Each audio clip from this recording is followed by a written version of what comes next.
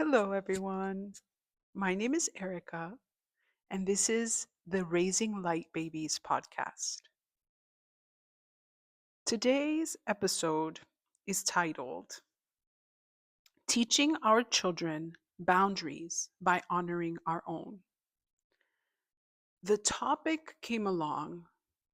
I thought about this topic while in communication with a friend of mine who has a bakery. Several times, this friend voiced to me what I thought was an offer for free cakes. So I reached out to her this week and I said, "Hey, it's my son's birthday. I would love if you could make a cake for him and let me know what you feel comfortable making." I wouldn't want to ask for a super complicated cake because I know you had already voiced that you would offer me a cake for his birthday. Her response was, "Oh no, you can buy a cake. You can buy whatever cake you want, but I won't be able to offer you a cake." This is something that she voiced that to me, that this is something that she decided not to do, was to gift cakes. Um and the funny thing about that situation was that the feeling that was born in me from that interaction was a tremendous amount of respect for my friend. When I came in contact with her boundary, I said, wow, this person has self respect and is demanding respect from the outside world. And that was so commendable that it got me thinking about boundaries. And as a mother, it got me thinking about if I am passing that on to my son, knowing full well that this friend, just like me, has gone through years of trial and tribulation to arrive to a place where she was comfortable enough to hold her boundaries. So let's start by defining boundaries. A boundary is a border. It's a defining line that tells us what's in, what's out. You know? So if you look at it in the terms of a piece of property, a, the boundary would be where my piece of land ends and yours begins. Where my piece of land ends and the public land begins. The street, the whatever, is on the other side. A boundary doesn't necessarily have to be permanent. It can fluctuate. I don't think that a I don't think that a boundary that is established at the age of 5 will be the same at the age of 10 or at the age of 15, 20, 35. So it grows with us. So how can we teach our young children boundaries?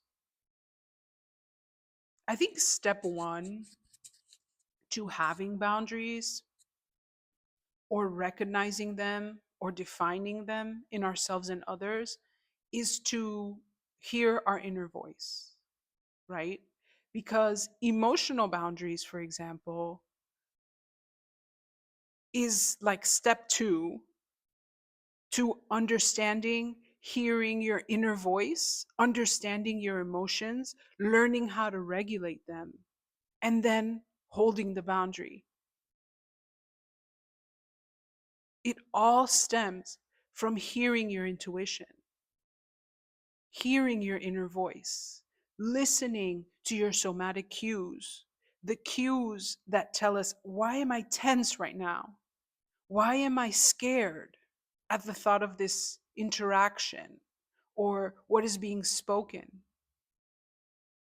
And I think even at the youngest of ages, we can teach our children to hear that in themselves by speaking it, giving words.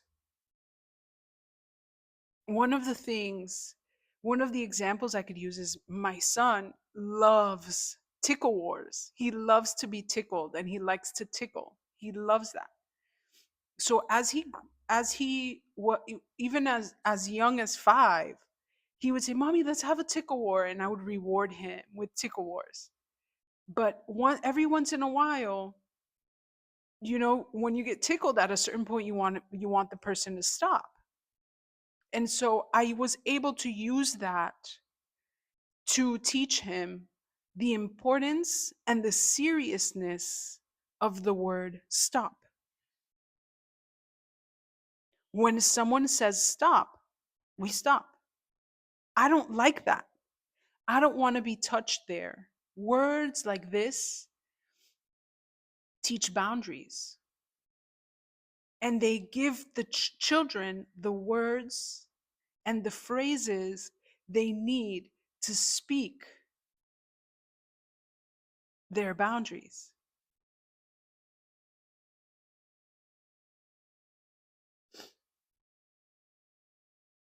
Another thing that I thought about while thinking about boundaries is what that it's connected to our feeling of safety.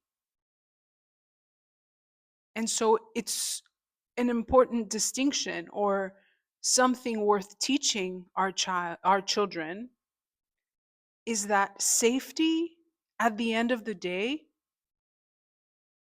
is our own responsibility.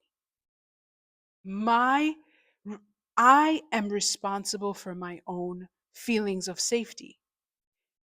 My child is responsible for their own feeling of safety. As they grow, they need to grow in that responsibility. That responsibility for keeping themselves safe needs to be transferred from the parent into the child gradually, according to their abilities. And that comes hand in hand with autonomy. The feeling of safety has to do with paying attention to your surroundings.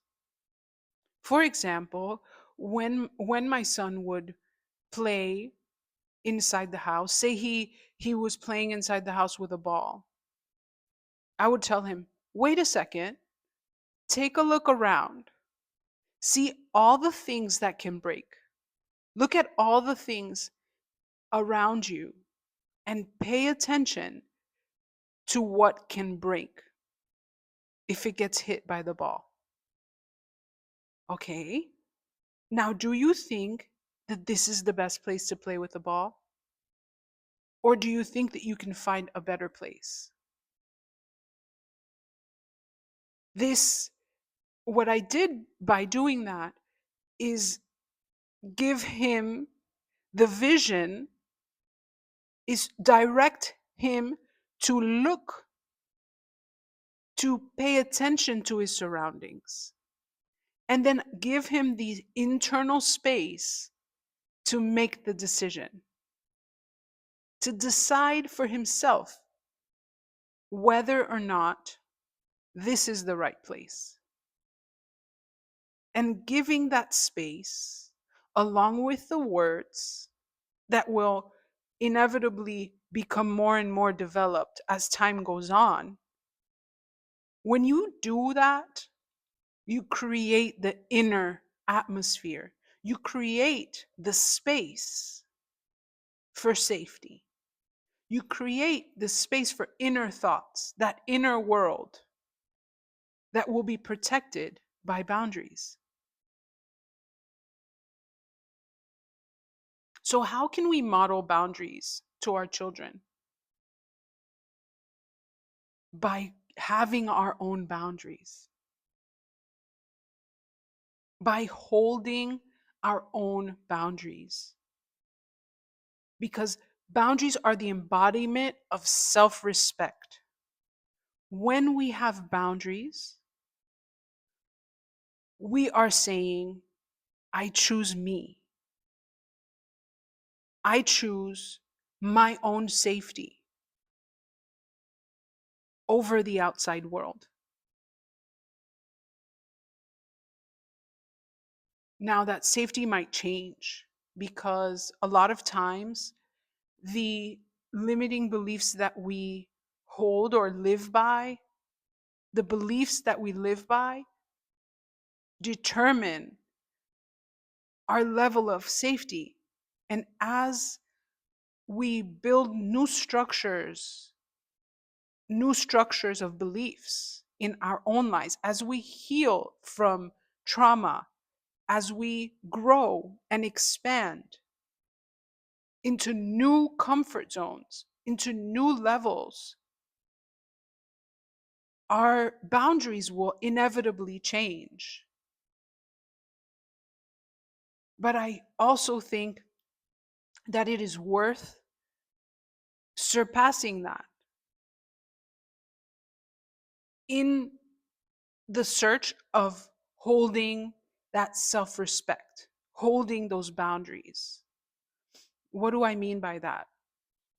Even if my boundary around hugging or kissing family members is rooted in a traumatic event, and I recognize that, until I'm ready to expand that boundary, it is still worth it to hold it, because the self respect and the respect that we receive from others, the, the holding of boundaries is a way for us to trust ourselves and for others to respect us.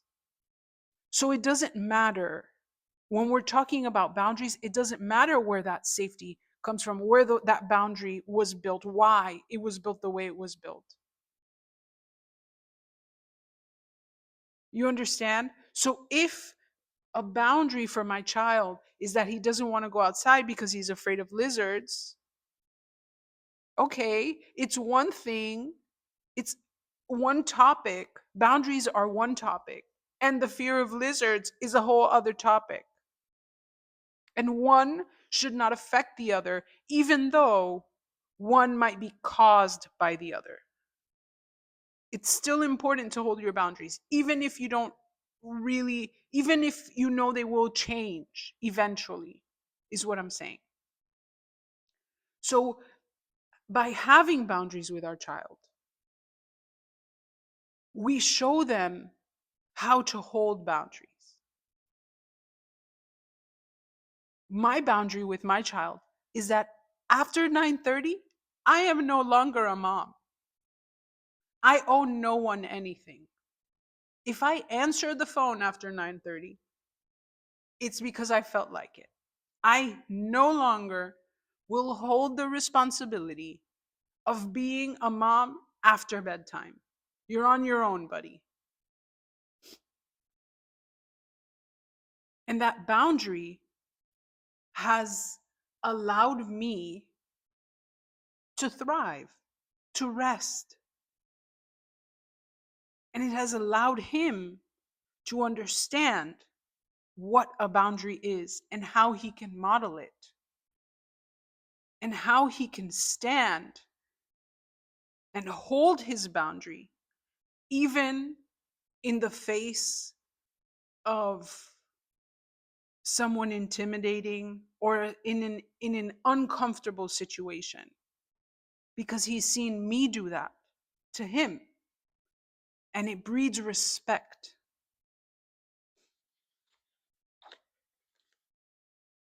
Lastly, I talked a little bit about the expansion of boundaries as we grow.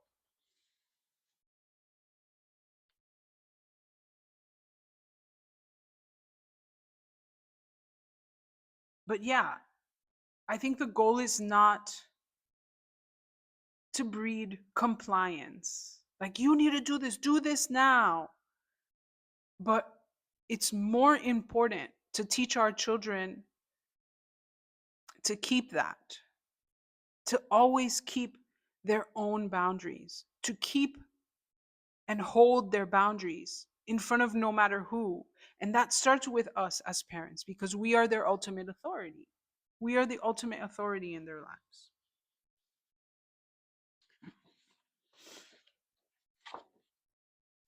Yeah. So that's all I got for today. I hope it helped. If you guys have any questions, if you'd like me to expand, if I missed something, please let's make this into a conversation in the comments. Until next time, have a good one. Bye.